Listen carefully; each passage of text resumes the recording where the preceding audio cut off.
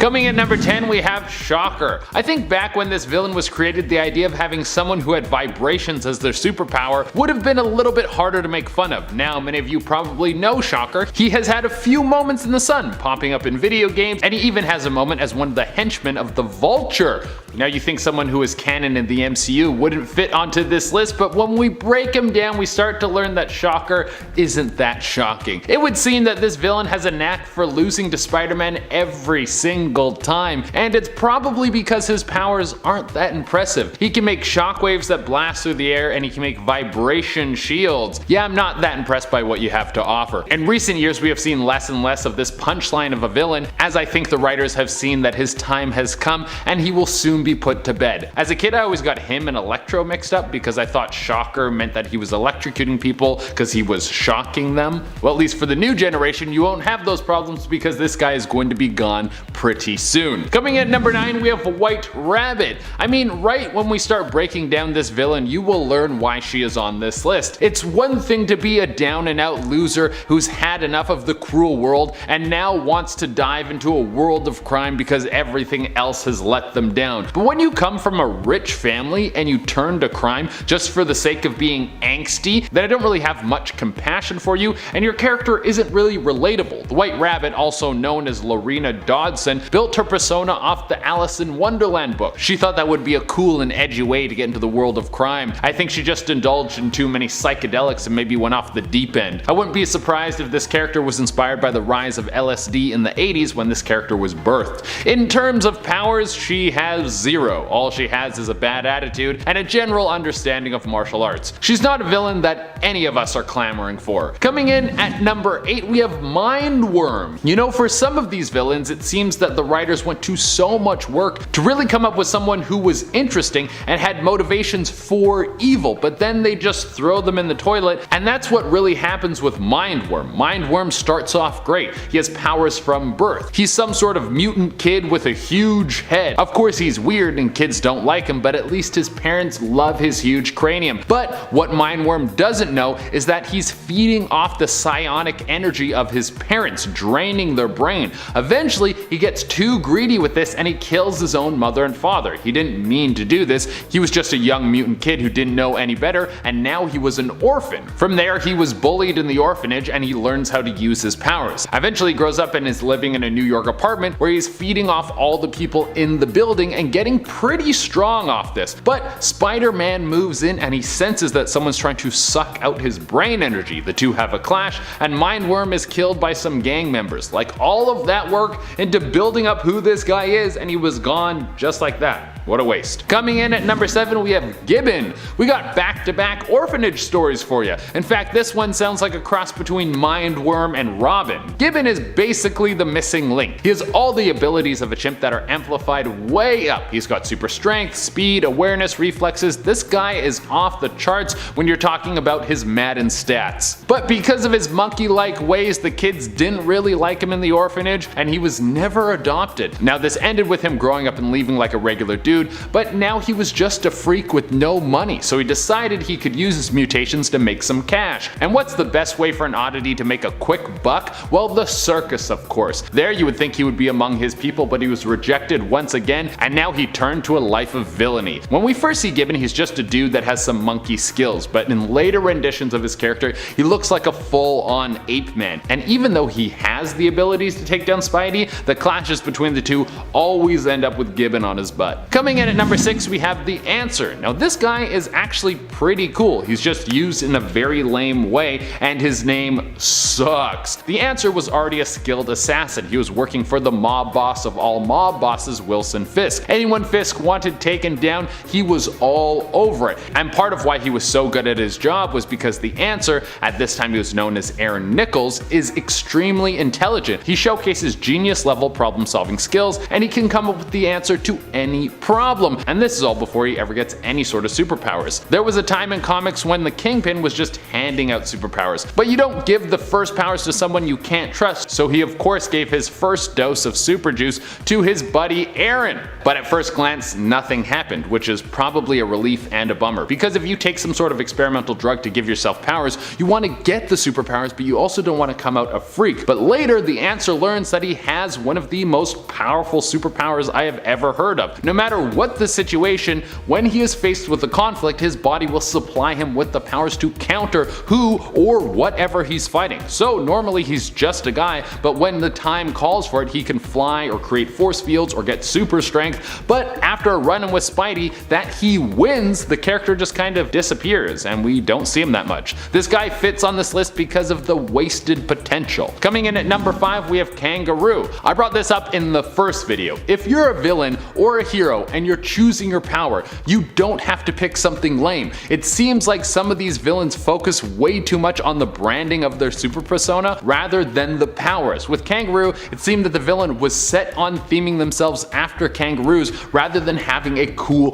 power. He has implants in his legs that allow him to jump very far, and he's also a skilled boxer. Like, not the worst combination of things, but when you're hell bent on taking out Spidey by stomping on him, you're probably going to lose a lot. There was this weird time in the 70s and 80s where Australia was this thing that the media was trying to push. It was foreign, it was interesting, no one really knew how to sell it. The closest that we got was Crocodile Dundee. But this villain seems like the big wigs at Marvel wanted to make an Australian themed villain because they thought kids would like it, rather than thinking of a good character first. Coming in at number 4, we have The Swarm. Have you guys seen that episode of South Park where they make a joke that the writers from Family Guy are just manatees in a tank and they all pull out 3 random topics to base an episode around? Well, that's what The Swarm feels like. They were like, German scientists, killer bees, purple cape. This dude is lame, not only because he's a swarm of bees that is being controlled by a dead scientist's consciousness, but also because this dude gets beat by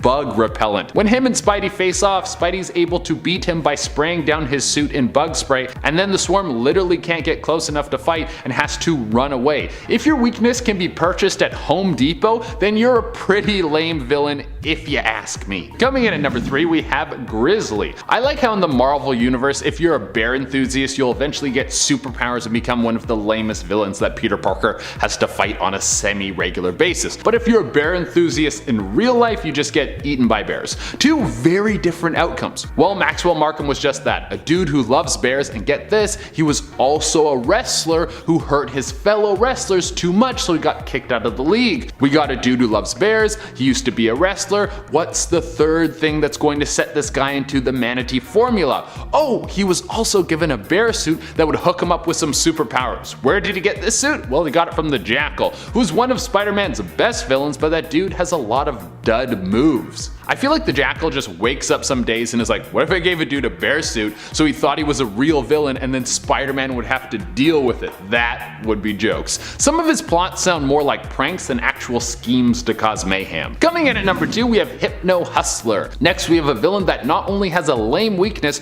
but their powers were used to such a small scale that doesn't really make any sense why this character was ever made. Hypno Hustler is Anthony Del Soen, and he has music that can take over your mind. His songs allow him to control people around him and then they do his bidding. But the thing is, if he hears his own music, he will also become hypnotized. He can't even handle his own groovy music, which seems strange. I've never heard of a hypnotist hypnotizing themselves. But when we first see Hypno Hustler, he's shaking people down for just their pocket change at a show. I feel like this guy should have had bigger dreams. If he got one of his songs on the radio, he could have taken over the world. And coming at the number 1 spot, we have Humbug. Here's the thing, when you hear that there's a hero based off a spider, that's kinda cool because at least spiders are scary, they make web, they do some interesting things. But when you hear there's a villain that just has a general insect theme, you can throw that one in the trash. I really couldn't dislike this villain more. For one, he should be able to beat Spider-Man because he's got a super suit that gives him skills that are on par with the web slinger. But this guy has the worst weakness of all, a love for bugs. He loves bugs so much that Spider-Man has been able to halt this guy from a life of crime by telling him he's going to smash some cockroaches. Like, dude, give your head a shake. Coming in at number 10, we have Frogman. I mean, if you don't have any powers, you don't have to commit to a super lame animal. Frogman is Eugene Petilio. There was a time when he took his frog suit and he tried to take on some of the hardest hitting street level Marvel heroes. More than once did he come face to face with Spidey, and every time he was taken into the dirt almost immediately. And it's not hard to figure out why. The guy built a suit where the only power was how high he could jump. Like, if you're going to get your powers from some sort of accident or you're born with them, then you don't have a choice. You have to stick with whatever your weird power is. That's your life. But if you're building a power, then you can be whoever you want. Why would you choose frogs? There are so many other creatures you could go with. Like the Falcon. Even though he's not the coolest hero of all time, he's a million times cooler than the dude who hops around and tries to cause some havoc. On the bright side, Eugene's son eventually takes on the mantle of the frog suit and tries to be a hero, but on the downside, Eugene's son sucks at being a hero as much as his dad sucks at being a villain. So in the end, the family was doomed to be on the sidelines. I would like to see one of those what if comics where Frogman becomes the greatest hero of all time.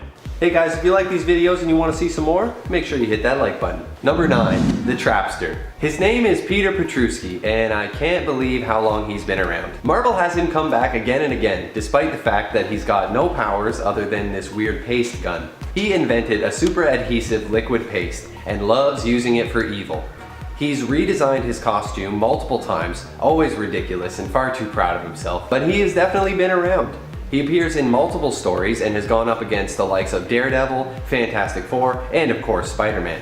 All with just a goo gun. He is hired by Red Skull at one point and even has a run-in with Ghost Rider. His paste was once confused for Spider-Man's webbing, and Trapster was furious to see Spidey getting credit in the newspaper for his crimes.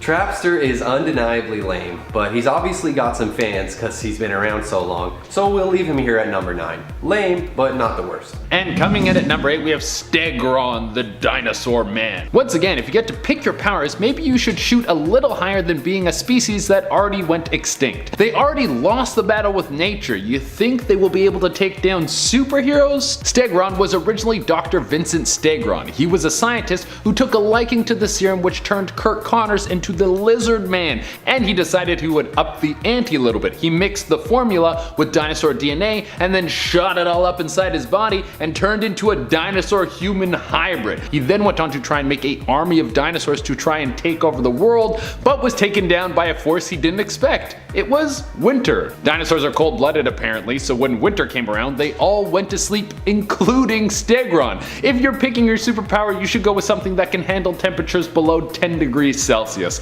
Unless you're in Florida or something. If you're down there, you can build the biggest dinosaur army you want, and the state would probably be fine with it. Number 7. Slide. This guy was a chemical engineer who created a chemical coating that eliminated all friction between that object and surfaces. He's like the opposite of Trapster. He invented the ultimate lubricant. Then this evil tycoon buys up the company that he works for and shuts down the lab. Slide, aka Jerome Beecher, was going to build his own company founded on the non-stick solution he invented, but no bank was willing to give him a loan. So he did what anybody would do and decides to rob the bank. He makes himself a costume out of this material and, free from the clutches of friction, is able to zip around skating on the ground up to 30 miles per hour and can't be stopped, not by people's grabbing hands or even Spider-Man's sticky webbing. Now, this isn't exactly the most lame villain, but the idea of this slippery criminal sliding all over the place just doesn't really do it for me. Where's the stakes? Spidey could just wait for this guy to slip and fall off of a cliff or into oncoming traffic, or they could just have him slip and slide right into a jail cell. I'll say one thing, the way that he zips all over the place in the comic panels looks like a lot of fun. Number 6, the Walrus. With big wet flippers and menacing tusks and the blood-curdling cries of "Arf! Arf!", it's easy to see how terrifying a walrus-based supervillain could be. This guy is not. Hubert Carpenter was created when his uncle, a janitor, tried again and again to give Hubert powers. They exhausted the names of animals he could have the proportionate strength of all the way through the alphabet till they got to the letter W. He was totally stumped and then became inspired by a poster of the Beatles and becomes the Walrus. He goes on a classic spree of mass destruction, eventually seeing Beast lecturing at a university and decides to attack him to prove that he's the greatest product of modern science. Hilariously enough, it's actually Frogman who gets the credit for taking him down later, and this really gets the blubber boiling. Spider-Man can't help laughing when he meets this guy and winds up taking him down for the second time with just a tap of his finger. Coming in number 5, we have typeface. You know what everyone loves? Signage! So why don't you make your persona based off that? I'm sure that will pull in a ton of people and you'll become one of the most famous supervillains of all time. No way, man, signage is super lame. Well, typeface, also known as Gordon Thomas, didn't think so, and he had a pretty good foundation. He was a Vietnam War vet who was skilled in hand-to-hand combat, military tactics, and all sorts of weapons. He even beat Spider-Man in their first encounter. If this guy changed his theme to anything other than signage, he probably would have been pretty cool. But the reason that he did this was because when Thomas came back from war, his life fell apart and he ended up getting a job at a sign shop, and it was the only time in his life where he ever felt happy. When the place was bought out, he lost his job, and this was his inspiration to become a villain. Luckily, he eventually switched sides and becomes a hero. If you're gonna get an F on your character, you might as well be on the side of good. Number 4, the Spot. This guy is something else. Some people think his powers are pretty cool and others hate him, but he definitely belongs on this list. Spider-Man himself bursts into tears laughing upon meeting this guy, and looking like a Dalmatian, it's pretty easy to see why. He's all white, covered in black spots that function as two-way portals. That's pretty much his main thing. He takes the spots and he chucks them around and uses them like portals, like this is Looney Tunes, messing around with Spider-Man and even making him punch himself in the face. If this guy doesn't sound lame enough already, the more portals that he throws around, the less spots that he has on his body, making himself more vulnerable. He got these powers after being exposed to the spotted dimension, and the spots can even be suspended in mid-air. It's honestly a pretty cool concept, but the villain himself is just too lame to make it work for me. And coming in number 3, we have Spidercide, like genocide but performed by a spider. Yeah, that is not the best writing I've ever heard of in my life. Spidercide was birthed out of the Clone Saga, which is considered one of the worst sagas in comic history. So any villain to come out of it is probably never going to see the light of day again unless they're used as a joke. Spidercide is a clone of Spider-Man that has the ability to regenerate from what seems to be any accident. He was convinced at first that he was the real Peter Parker, but then he found out that he was just a freak. Such is the plight of most clones. When you read his character on paper, it sounds super cool. He has the powers of Spider-Man with some of the most deadly features of the Terminator, but the character was used in such a horrible fashion that it became a laughingstock before it ever got its time to shine. Maybe in the future we'll see someone use this character to its full ability. Number 2, Plant Man. In Strange Tales number 113 from 1963, we meet the mysterious Plant Man. This gardener turned professional criminal was born in London and orphaned at a young age. When he left the orphanage, he became lab assistant to a well-known botanist who was studying the low-level mental activity of plant life. Unfortunately, this guy fired him for focusing too much on this invention he was making and not gardening for him. One day, lightning strikes his plant ray gun that he's been working on, and it becomes imbued with the power to control and animate plant life.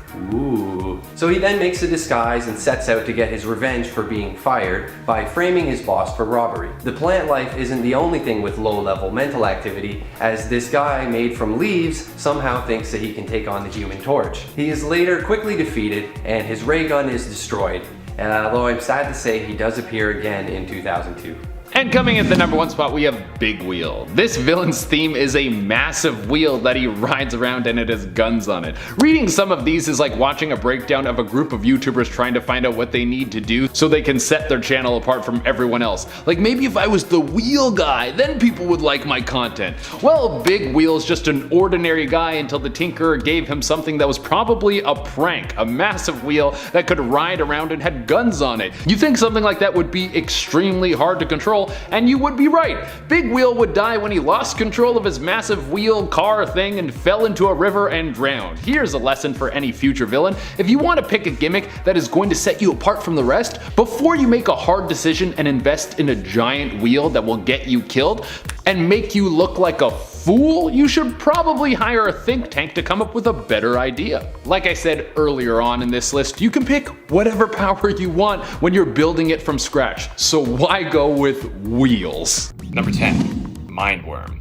Mindworm, aka William Turner, but not the William Turner from Pirates of the Caribbean, is very powerful with his mind, allowing himself to read people's thoughts, drain people's energy, and create illusions. Mindworm has a very large head and brain that he was born with. At one time, he was neighbors to Flash Thompson and Peter Parker when he moved in with Flash. Since Mindworm was always feeding off people's minds, it was no surprise that he was trying to feed off of Peter's mind as well. But since Peter's so smart, he could fight off Mindworm's attack to his mind. This upset Mindworm, and he later fought Peter, but of course he was unsuccessful and lost. Mindworm used this as an opportunity to figure out why he was even doing this, and after taking a hard look at himself, and realizing that his anger was coming from what happened to his parents, he makes peace with Peter, and he even uses his slogan, "With great power comes great responsibility."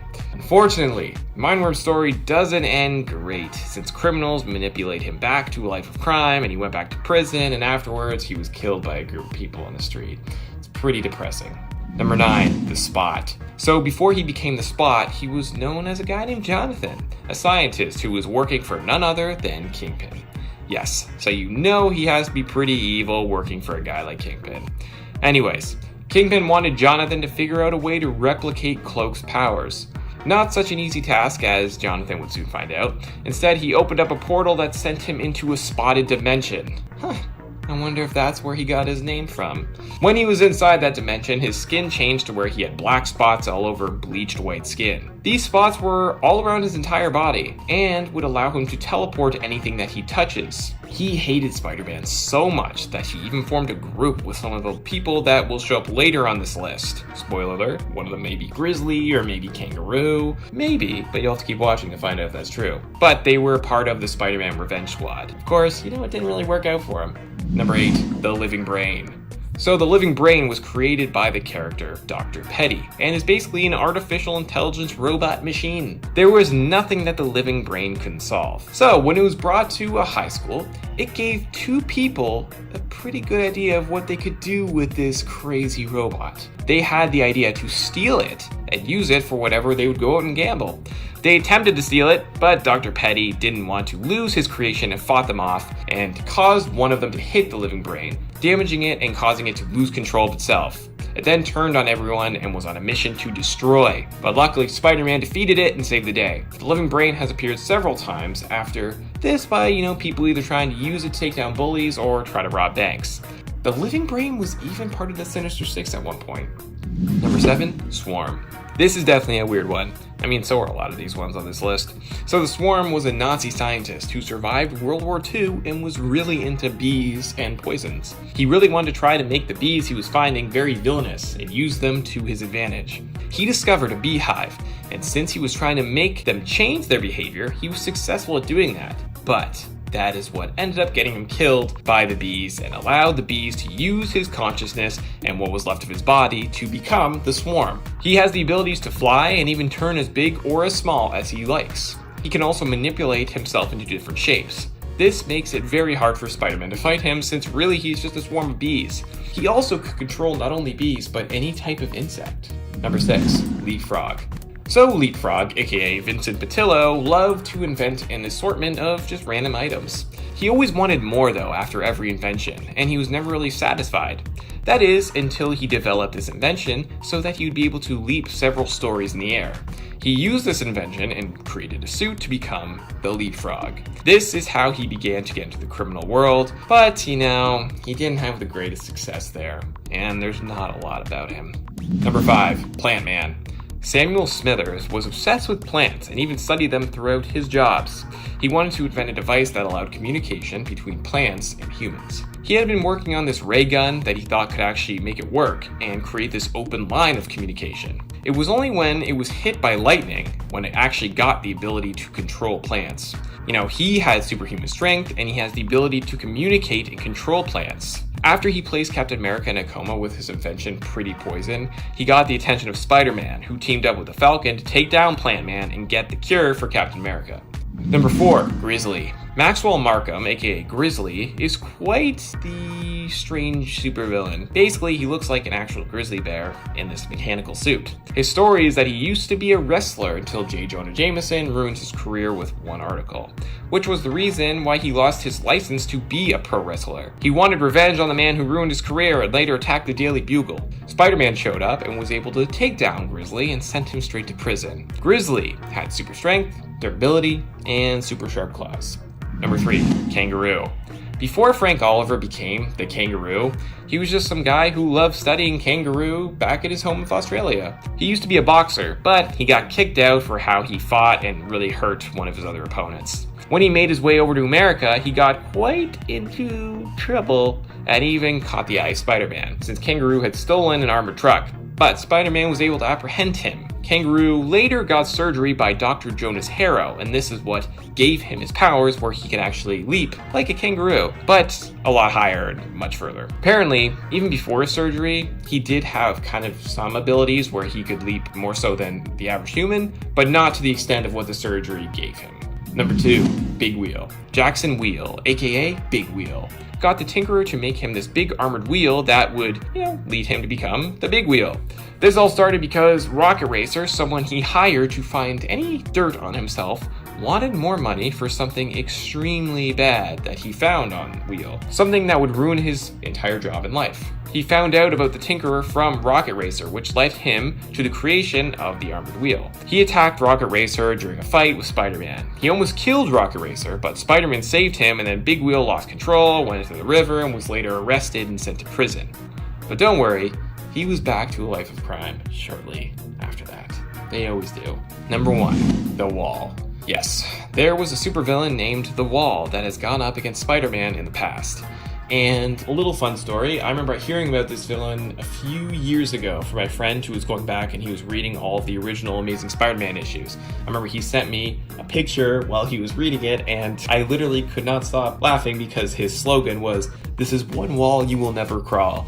I mean, it's weird, but at the same time, it's kind of amazing. Like, he's definitely one of the most weird and just strange supervillains that Spider-Man has ever gone up against. Okay, so a little backstory. Joshua Waldemeier, wow, had the job of laying bricks down, and one day, an explosion happened and hit a brick wall that had just been built, sending it crashing down and burying him under all these bricks. But didn't kill him. And actually, the bricks merged with his body, which turned him into the wall. Since he was an actual wall, Spider-Man had a hard time affecting him with any and all physical attacks. Spider-Man's web attacks didn't even work on him. But they later found themselves sitting on a bench and just working things out like two grown adults. A grown man spider and a grown man wall. Number 10, Sandman. Sandman has always had a kind of tragic story. He was a criminal who was in the wrong place at the wrong time, and due to radioactive exposure was granted his sand shape-shifting abilities. He hasn't always been a villain and sometimes strives to become the sort of hero, though he usually ends up becoming a criminal once more in the end, tragically. He even has been known to be a sometimes friend of the Fantastic Four's Ben Grimm, aka The Thing, and Spider-Man. One dark story involving Sandman took place during one of the many times he fought Spider-Man. Spider-Man usually had creative and sometimes twisted methods when it came to how he chose to defeat Sandman. He vacuumed Sandman up at one point, tossed him into a wind turbine, and he's even set him on fire. But Spider-Man also at one point exposed Sandman to an experimental chemical substance, which caused Sandman to become insane and also caused him to become severely dirty, as dust and garbage and debris became attracted to him and entangled within him. The worst part of this was when Sandman pleaded with Spider-Man to fix him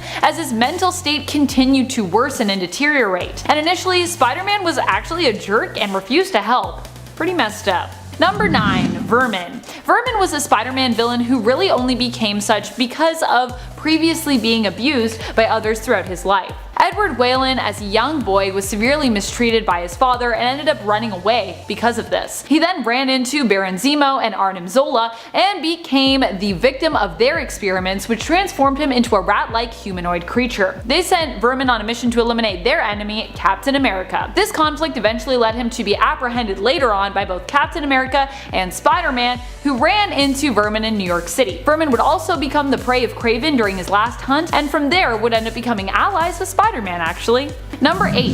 Hammerhead. Hammerhead has a pretty dark origin story in comparison to some other villains. He and his family had left the Soviet Union when he was young, and he grew up claiming to be Italian instead of Russian, even preferring to speak Italian in his family's home. However, this would anger his father and would prompt him to beat his son with a hammer, scarring up the young boy's head. That's pretty messed up. In the end, Hammerhead managed to work his way into the Italian mob and would also end up beating Spider-Man in a fight. He was given both cybernetic enhancements, including a partial adamantium skeleton, and had his strength level increased by Mr. Negative. He also has been known to work with Black Cat when she is walking on the more villainous criminal and organized crime side of things. Hammerhead would also get revenge on his father, killing him with a large hammer. His origin could have possibly served to inspire the Daredevil Netflix series Origins for Wilson Fisk, who also killed his father with the hammer.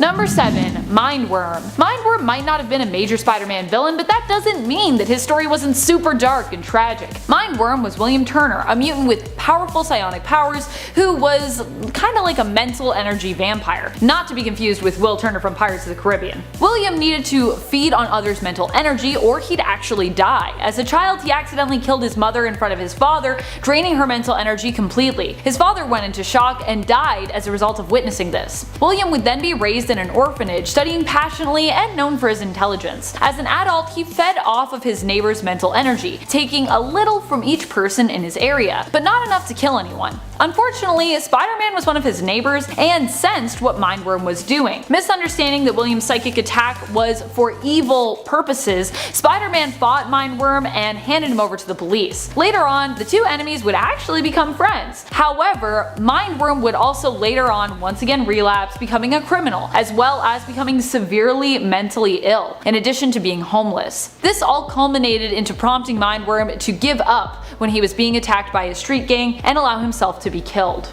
So sad. Poor Mindworm.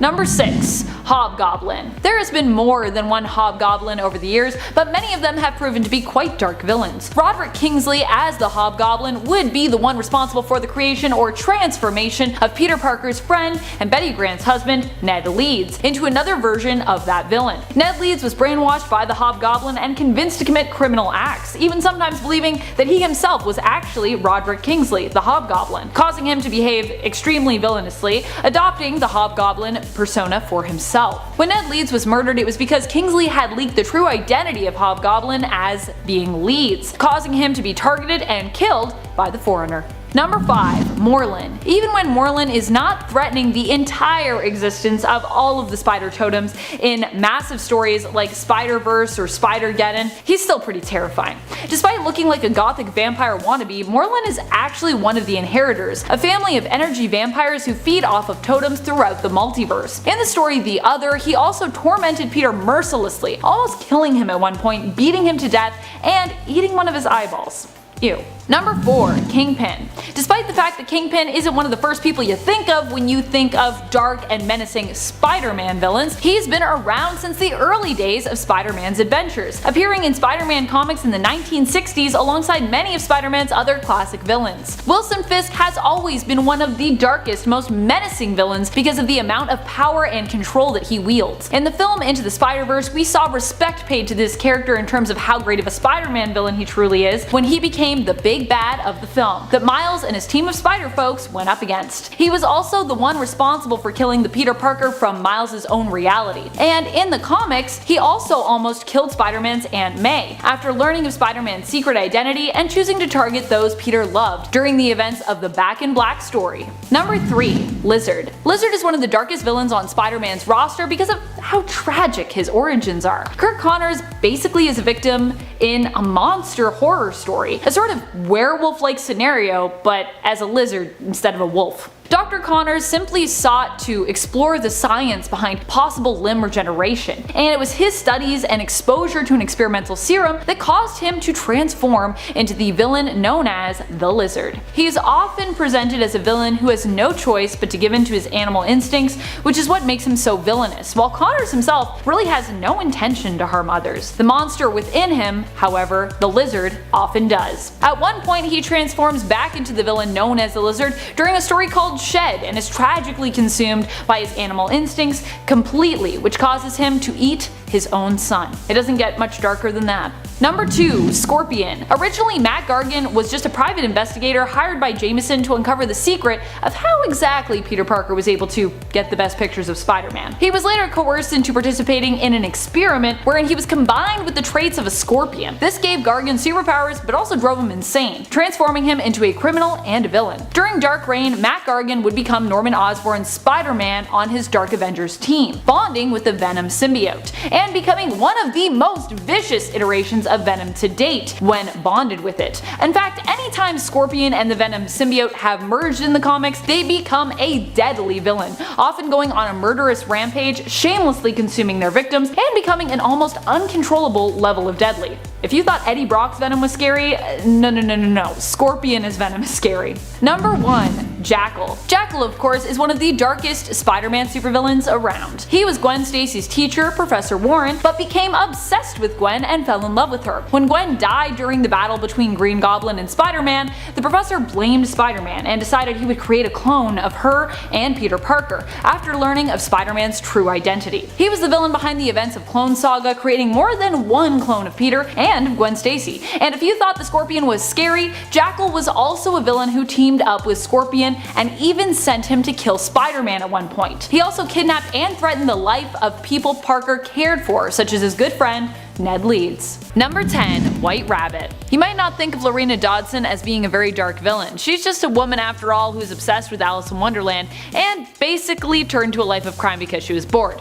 Her greatest power is her wealth, which allows her the gadgets and goons she needs to be a supervillain and a criminal. However, during the Absolute Carnage tie-in, Symbiote Spider-Man, we get a little side story involving a man who once wore the symbiote suit unknowingly that also features Dodson. In it, she ends up aiming to scare the man who is actually a judge that condemns her in court after being a witness to her causing a public disturbance and assaulting civilians at a local burger joint. Her scare attempt, however, results in the death of the man's son, who goes into cardiac arrest. The whole story is pretty dark. Number 9. Morbius. Morbius isn't always a Spider-Man villain, but he did start out in the comics that way. Although he is more of a neutral figure inherently, his pseudoscientific vampirism and bloodthirst often put him in the villain category, and put him in conflict with none other than Spider-Man. Which I also kind of get, considering that the first time they met, like most old school comics, they had some miscommunication which led to a fight between Morbius, the Lizard, and Spider-Man. And during the fight, everyone seemed to miraculously discover they needed the other's blood to become cured from their ailment. And so the blood wars began, and the stealing and baiting of blood would become a common trope for the sometimes villain known as Morbius. He's like a blood bandit. He loves to steal that blood. Number 8. Tombstone. Some might think that Tombstone is some kind of zombie or Frankenstein's monster type villain just based on his look.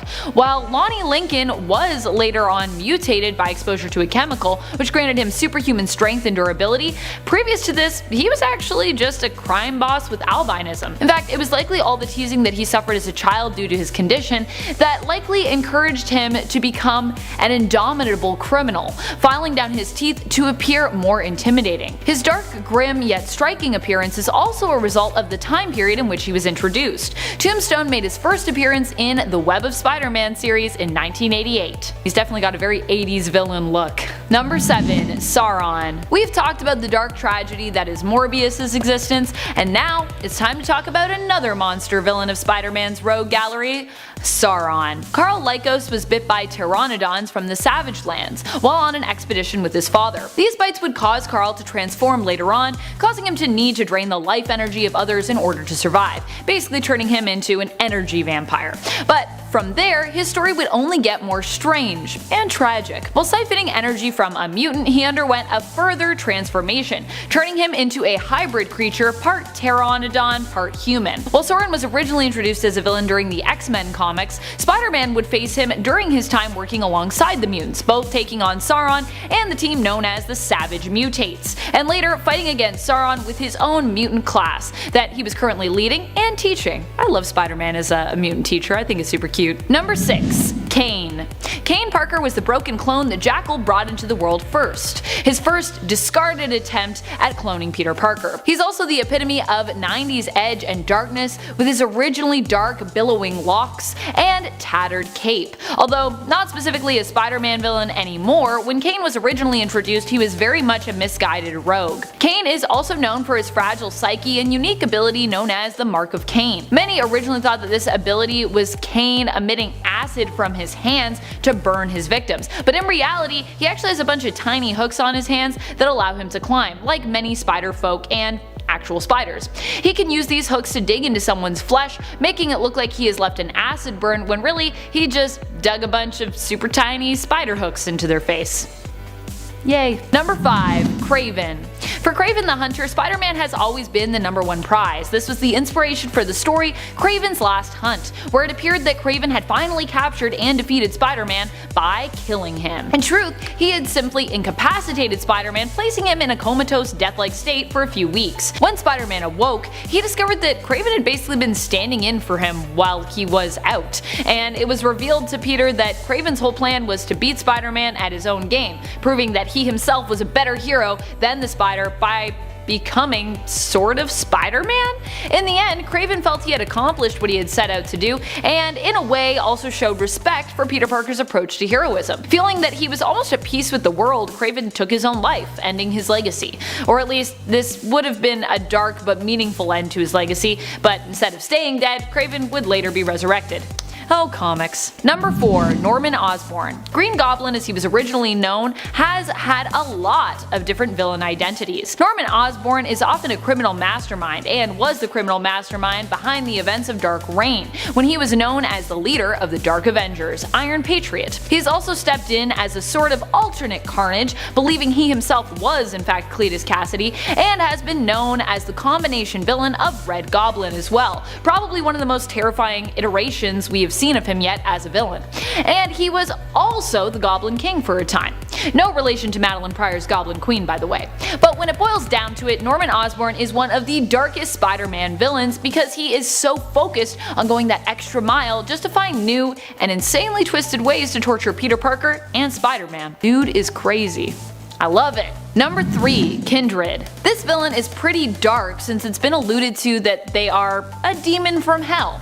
In life, they were someone close to Peter Parker who was betrayed by him and by Norman Osborn. They have returned to get vengeance and use demonic centipede creatures to manipulate others by having these summoned creatures crawl inside those that they wish to torment. Ick. But also not ick to house centipedes, which are lovely little creatures who feed on other house pests. We like house centipedes, but we do not like demon mind control centipedes. But we do not like demon mind control centipedes. Yes? Except MJ maybe is a fan, as she was actually pretty nice to Kindred centipedes prior to us really knowing that they were definitely a villain out to get revenge on Peter Parker, of course. Number 2. Carnage.